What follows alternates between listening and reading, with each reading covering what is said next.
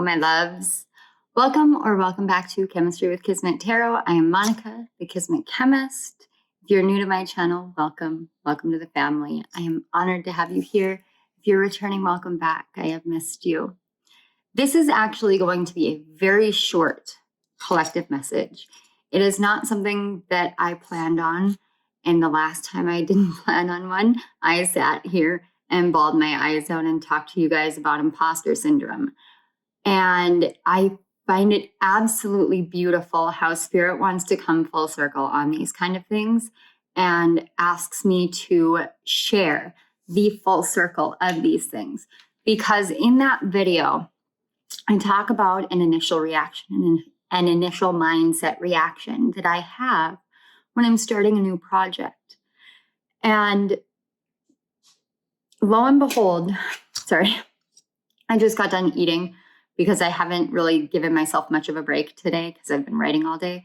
But anyway, lo and behold, as I was tapping into other energies and doing my own personal journaling, I was using the Starman Tarot, and I can't even tell you. I think it's the Fool card, but I can't remember for sure. There is a card in there where one of the lines in the breakdown, in the explanation in the guidebook, has a question by Don Juan Matus, a Mexican shaman. And this had such a profound impact on me. This one question had such a profound impact on me that I've had it sitting in my Maybon gourds that I have on my kitchen counter right next to me, which currently has a pair of socks in there unexpectedly, but Willow got into the sock basket downstairs, and that's a whole nother story. But this question is what I go and I look at when I am going through the aspects, when I am pushing myself, and when I feel like, am I doing this for the right reasons? This question has become my fuel. It has become my saving grace. It has become the way that I shift out of any kind of negative mindset back into a positive mindset. And it says, does this path have a heart? Does this path have a heart? I received an email after I put that video up. And one of the things that was in that email was me sitting here and talking to you guys about my own imposter syndrome for the things that I do, the books that I write, the readings that I do, all of this. And it was me doing that was essentially showing the world how much I truly care about the work that I do for the collective, the work that I put into these books, the work that I do when I do my readings. And I'm paraphrasing because I don't have the email up in front of me. So if I kind of zone out, I'm not reading it. I'm trying to pull it up into my head for the memory of it. So what was said was, for everyone who can and should, there are 5 others who can but shouldn't. For everyone that would do it the right way, those 5 are already doing it in a way that they shouldn't be doing. Those moments of doubt, those moments of self-doubt, of imposter syndrome, of where you come in and you question yourself and you make sure that when you are moving forward on a path that comes from the heart, that you are sharing messages that come from the heart, because that is what this world is so desperately in need of right now. Those kind of messages, that kind of mentality, it has taken me years. It has literally taken me years to get myself to this point. It has taken me years to overcome all of the things from my past that have torn me down, that have broken me down, that have made me question myself, that have pushed me to the point of utter silence in the midst of true trauma and true abuse. I have silenced myself. I talk a lot these days. I have very long videos. And at one point, I started questioning whether it was worth it making these long videos, because we live in an instant gratification society, and I myself am victim to that mentality at times. I know my process has been a slower one. I also know that it takes time to build up the energy within me to know that no matter what happens, this is the right path for me, because it is the only path that I have found, that I have taken, that I've walked down, where the heart is so deeply ingrained in it that even if I tried to pull myself out, I would find myself right back here doing exactly this and then beating myself up because I pulled myself out for too long, and now I have a bunch of catch-up work to do. I take what I do very seriously because I believe in true spiritual responsibility. I do believe in my gifts. I do believe in myself. It has been very hard for me to get to the point where I can sit here and say that. And I am not saying it out of bravado or ego. I am saying it because for every one person who steps up and says, I believe in myself and my gifts, I believe in what I'm doing here in the world, they change the world, because they show people what it looks like to truly believe in themselves. So if I can sit here and say, I may deal with imposter syndrome, but I can overcome it. And every time the ways and the methods that I overcame it before doesn't work, Spirit provides me with another one. That means that every time that you come up into a struggle or a hardship or an obstacle, just like the hurdles we talked about in the imposter syndrome video, every time you come up against one of those and suddenly the mindset that you had just doesn't work anymore, Spirit is going to give you something. Put it on your path. Put it right in your way. It will be there.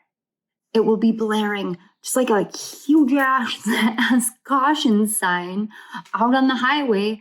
When you have to merge into traffic, you're going to see that big ass merge sign. Spirit is going to show you exactly what you need to do to merge yourself into the right lane, into the right mindset to get yourself there. Now, I'm not going to lie to you guys. This weekend, that first quarter moon in Capricorn literally rocked me. And I knew what was coming. I knew it was coming. I did it in all of the rising sign videos. It was a bloody freaking chart, which most of the first quarter, third quarter moons tend to be quite red. But with the planetary placements of the outside planets, it's way worse. So I am telling you, I knew it was coming. And yet that morning I woke up and the first thing I felt was I should do a collective reading. So I came up to my office. My office was kind of chilly. And so I turned on the heater that I have in there. And all of a sudden, one of my outlets popped, fried, melted, because one of the cables was, I can't even remember what my husband said the problem with the actual cable itself was. It was like all the cables came together and then melted together. It was a miracle. It was a miracle. My house did not burn down. The outlet, the actual like where you put prongs in, outlet port, was melted. And there was something in it that I can still plug in. I don't know if it works because I haven't had the nerve to test whether my wax burner works or not, but it popped. I couldn't get the breaker back on. The breaker was permanently popped. I was so frustrated because I could feel messages coming in. And I 100% thought that those messages were meant for me to sit down and do a channeled reading. It was impromptu. It was unscheduled. I had no intention of doing it, but I could feel them. And then it was literally a series of unfortunate events. If you've ever seen or read Lemony Snicket's, you know that this is like, okay, let me put my hair up and figure it out. I don't know electricity. There are certain realms where, and I acknowledge that the female gender can do these things. I am not one of those females who can do that. I can build furniture. I can paint rooms. I can rearrange furniture. I can do a lot of things. I cannot mess with electricity. And part of that is fear because I've been electrocuted before as I was painting walls. But part of it is just because it's not something that interests me enough to know what I'm doing, to do the studying that I need, to do any of that. So it's not in my realm. So I went downstairs pissed off. I was pissed. I was so mad. And anger has been like this repeating theme in the collective, like triggered anger, like the wasp, which came out in the gossip on one of my piles, the gossip, but it also has come through in my guidebook. And I just finished working through the aspect where the lesson of the wasp came through, and that's why I'm here. That anger, I went downstairs and I was pissed off, and I knew I could hear my guides going, you know what this is, you know about the energy. This is emotional triggers. You have to learn a different response. I stepped away. Normally what I would do is I would rage. And no, people here, you probably wouldn't believe that I have the capability of raging. But for the depth of love that I feel, the amount of care and consideration that I put in, the passion that I have for what I do, that passion at one point was deeply repressed rage. So I could fly off at a moment's notice. And that's something that my family carries.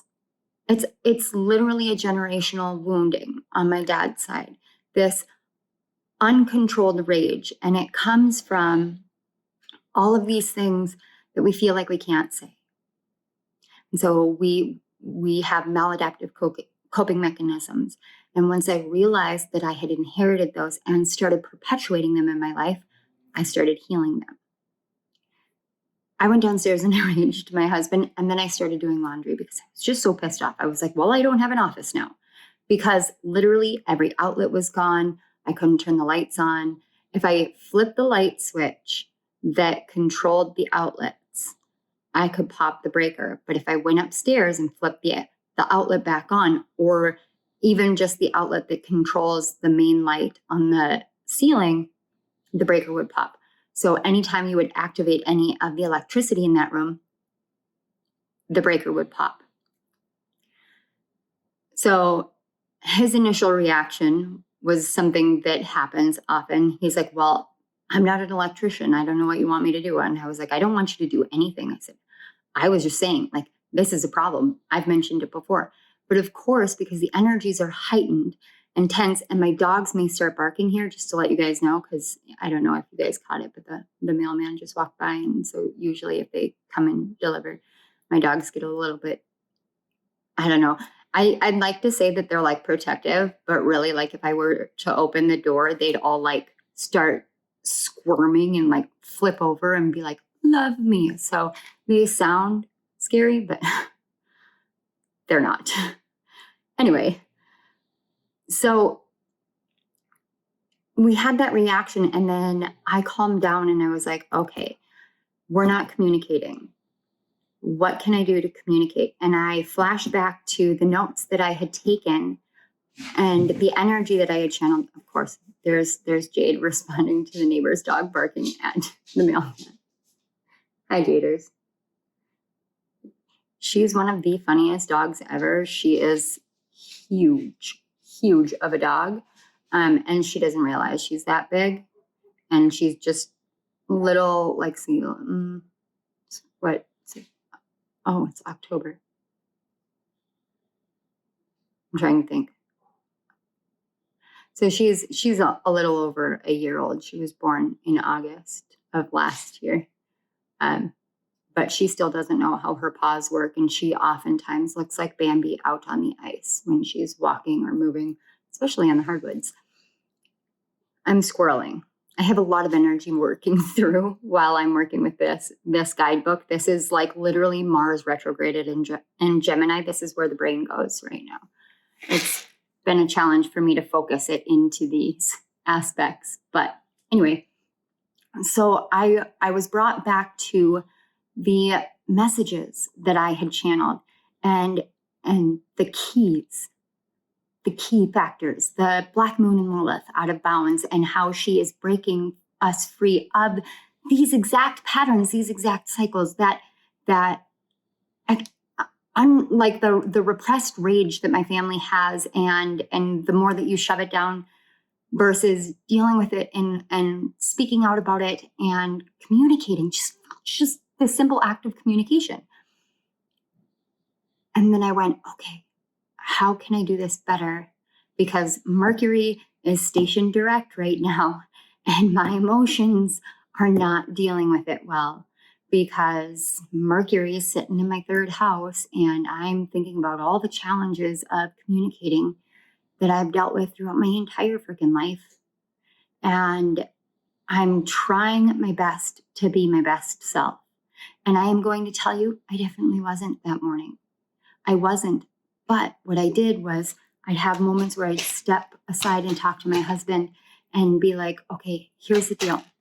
And he knows when I started the journey of really getting in depth with astrology, he has watched how it has helped, how it has taught me, how it has calmed me, how it has made me more aware.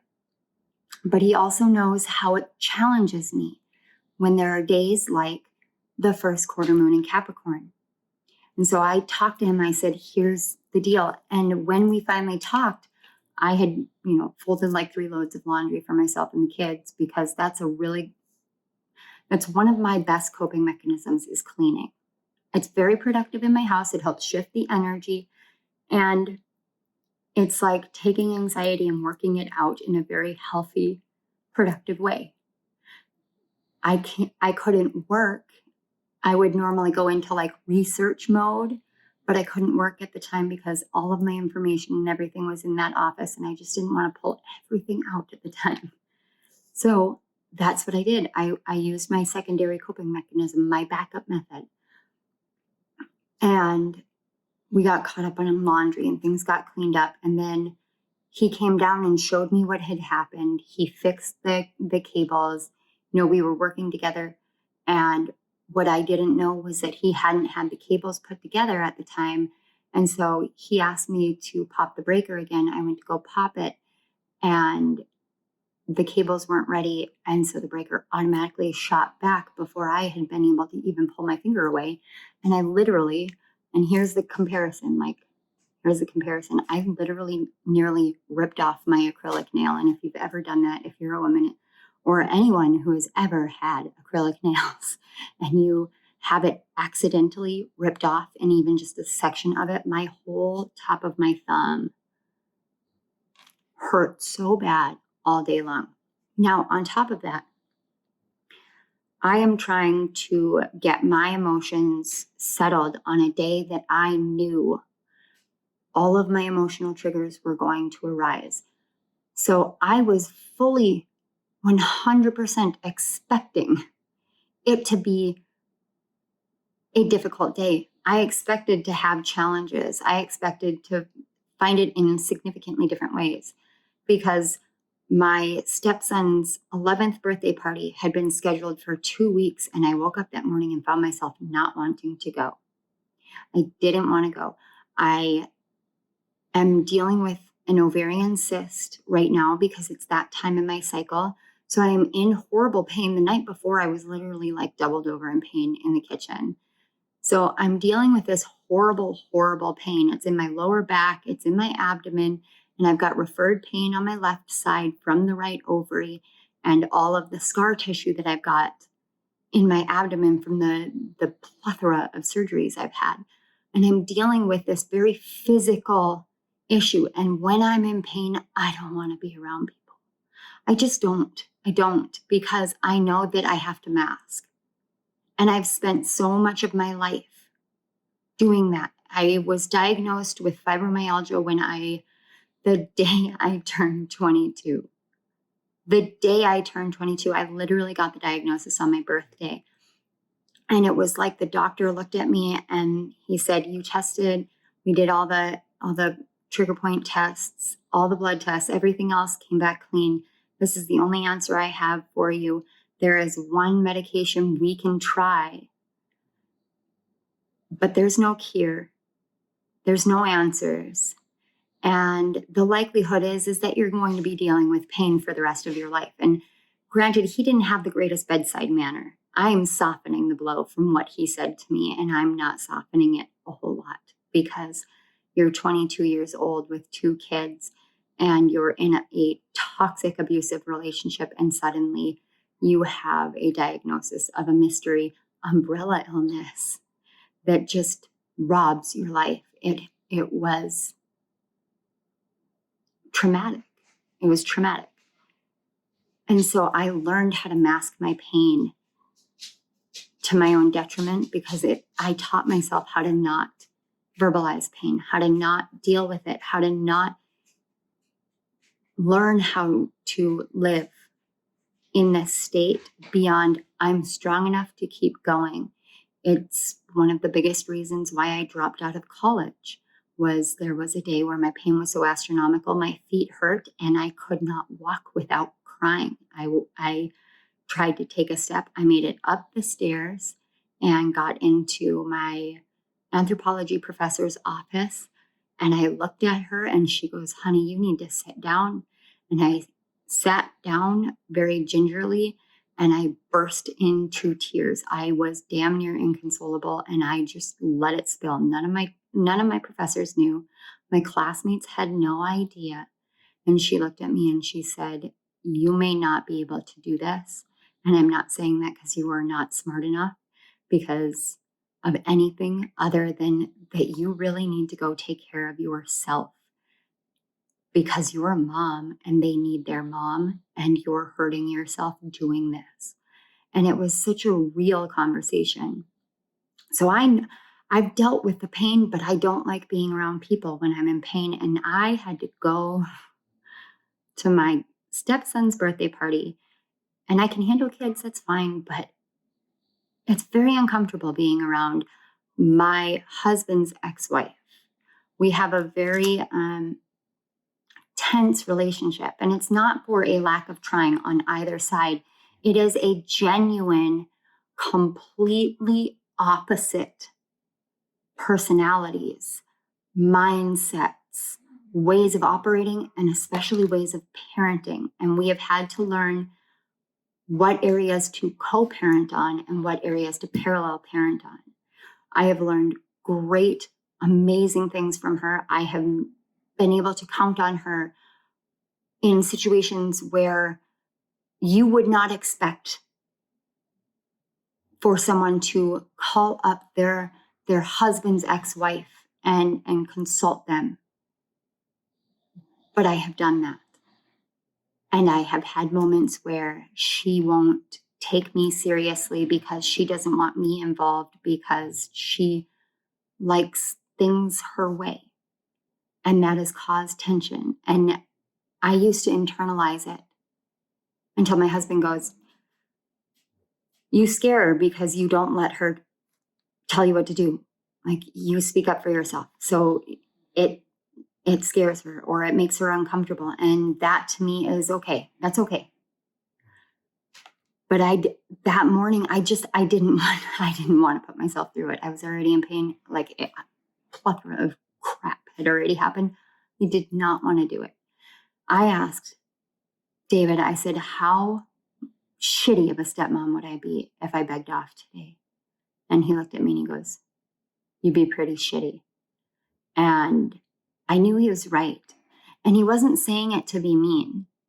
He wasn't saying it because he doesn't want me to take care of myself. In fact, he's the one person who will always be like, "Baby, you look miserable. Go lay down, go rest. What do you need? Let me bring you your stuff." Like, he'll make sure that I get to keep working, but I'm still taking care of myself. He makes sure that I stay in balance when I'm working through energies like these guidebooks. He's so great about that. That is one of his best spiritual gifts that he doesn't see as a spiritual gift, is he just is so in tune with helping me especially, but helping the kids, helping other people. He just is. I went and took a shower. I locked the door so that I would have complete privacy. I called in the elements. I called in spirit. I asked to have this cleansed, this energy. I said, I understand what this is. I know what this is. I know where the moon is. I know how it's challenging the collective, but I also know how it's challenging me personally, because this is what it was hitting my third house and my sixth house. It was just verbalizing self-care, healing, things like that. It was one of those times where it just hit me so hard that I already realized where it was in my life that this was impacting, because I know my chart inside and out. And I knew the messages I brought forth. And I've actually watched my own rising sign messages enough times. And I still feel like I should be going back and watching it just so that I remember, because a lot of times when I channel, I don't. That's why I rewatch things like this video. I'm going to rewatch it because a lot of this is channeled from my higher self, helping to explain the situation. I did something different. Same as that conversation with my husband. He showed me what had happened. We both acknowledged what a miracle it was. Once he got all the cables fixed, we talked, and I told him, I said, here's what the energy is doing today. I said, what you did, what I did in this moment, we literally changed things.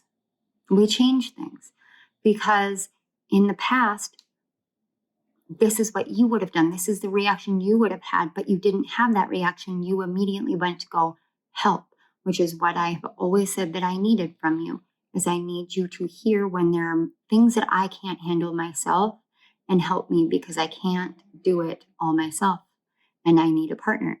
That was a very long time ago, but I said, this is how you've been responding, and you just kind of solidified it. How I responded was literally to recognize how I was reacting and to do something to diffuse myself so that I could talk to you. We're both learning this as these energies intensify, but the more that we talk about it, the easier it gets. Now, I want you to realize this isn't a situation that makes me uncomfortable. And when I feel uncomfortable in situations, sometimes, all the time, I go back to that childhood conditioning of my emotions are too much and nobody really understands why I feel the way that I do. And so I've learned how to put the other person in my shoes, because it's something that I do for other people all the time. I will put myself in someone else's shoes. That is one of the ways that I channel. I put myself in the shoes of the energy so that I can bring those messages forth. I said, how would you feel about this situation if this was something that you had to do? Like, yes, I know that I can do this, this, this, and this, but I also know this is how it usually is. And it is hard for me. It's hard for me. I'm a fixed sign. All of my chart angles are in fixed energy. It's hard for me. It is hard for me. And I will say that till I'm blue in the face. It is not going to forever be hard for me.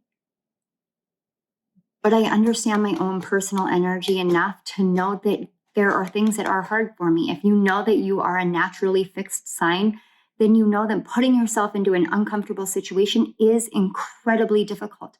A mutable sign, yeah, sure, they can do it.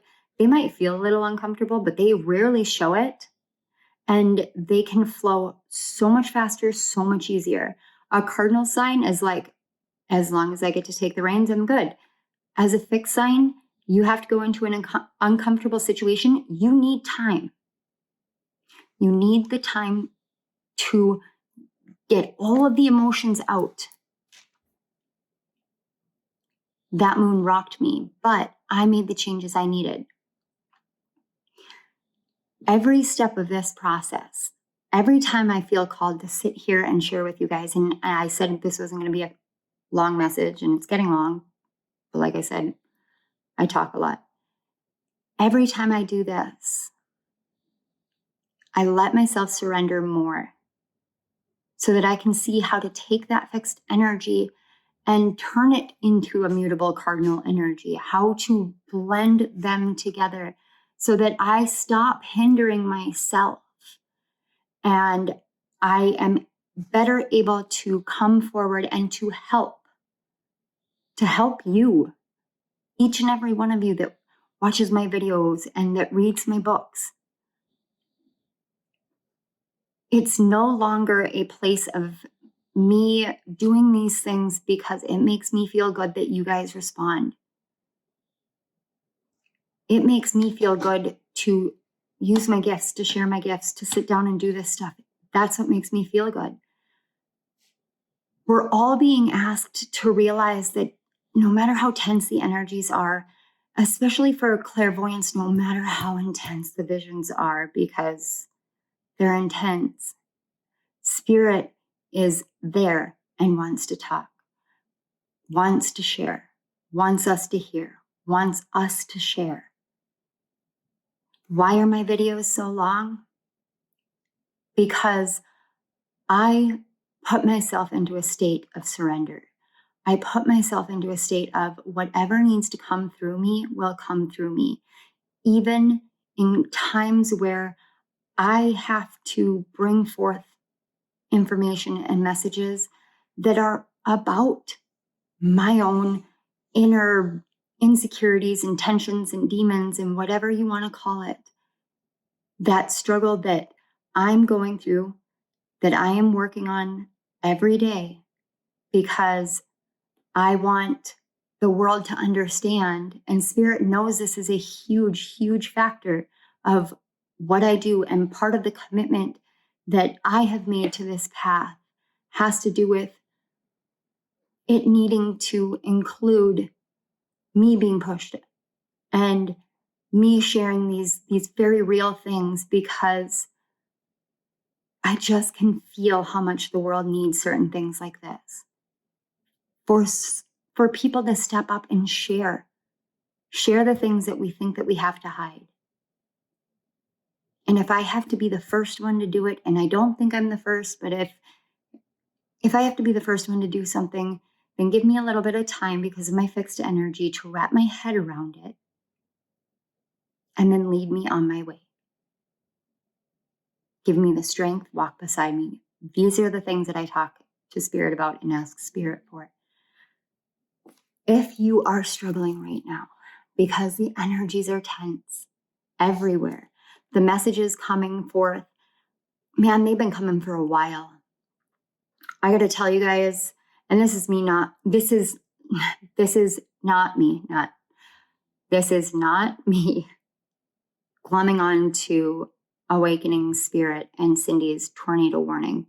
I sat in a state of shock when I listened to her message because I had gone down to Florida this summer and I called my husband crying because I was having those dreams. I was having dreams about the visions that she had coming through. I could not find anything about electric tornadoes or lightning tornadoes. I couldn't find anything. It felt like a sci-fi thing. And then she saw it too. She saw different areas, but she saw it too. And that to me told me that for all the moments that I have held myself back from sharing visions that I've had, they've had to come through someone else too. They've had to come through other people. And they always should. They should always come through multiple people because that helps get them out there. But if you're struggling with a path and you're afraid to share what you've seen, you're afraid to see what you see, you're afraid to hear what you hear, you're afraid of anything, ask yourself in every single moment, does the path you're choosing have heart? Because love and fear are opposites, and when you balance them out, that's when you move forward. It's when love takes hold. But they have to be in balance. Ask yourself, does this path have heart? Does it make you feel excited? Does it make you feel alive? Does it make you feel like you are doing something of worth? Not because of the finances, not because of the return, but because of the love that you put out there that you know without a doubt is bringing more light and more love into this world that so desperately needs it. Because a return will always happen. Balance will always be restored. There is divine balance and order. There really, truly is. I've learned that through these guidebooks. There really, truly is. It's not on our time. If the path has heart, and if your heart is on that path, then do that. Know yourself, know your heart, know your path, know your truth, and know that you're loved. So I am on page 151. I am nearly done with Scorpio season. I've got Sagittarius season and Capricorn season to work through, and then the final closing stuff. This book is flowing really quickly. The messages were ready. They had been coming in since June. I just had to ready myself. I am hoping that I will have it done and edited in the next couple of weeks at the latest. It will be out before Scorpio season and before it goes retrograde. I promise you that. I want to say thank you. Thank you, everyone, for all of the love and support, for the resonance, for the energy that you bring into the world, and for everything that you continue to do. Even in the darkest of times, even in the bleakest of moments when you think that you can't keep going and then you keep going, you change the world in those moments. You change the world every time you get up in the morning and you keep living your life. You change the world every time you gain more awareness. You do.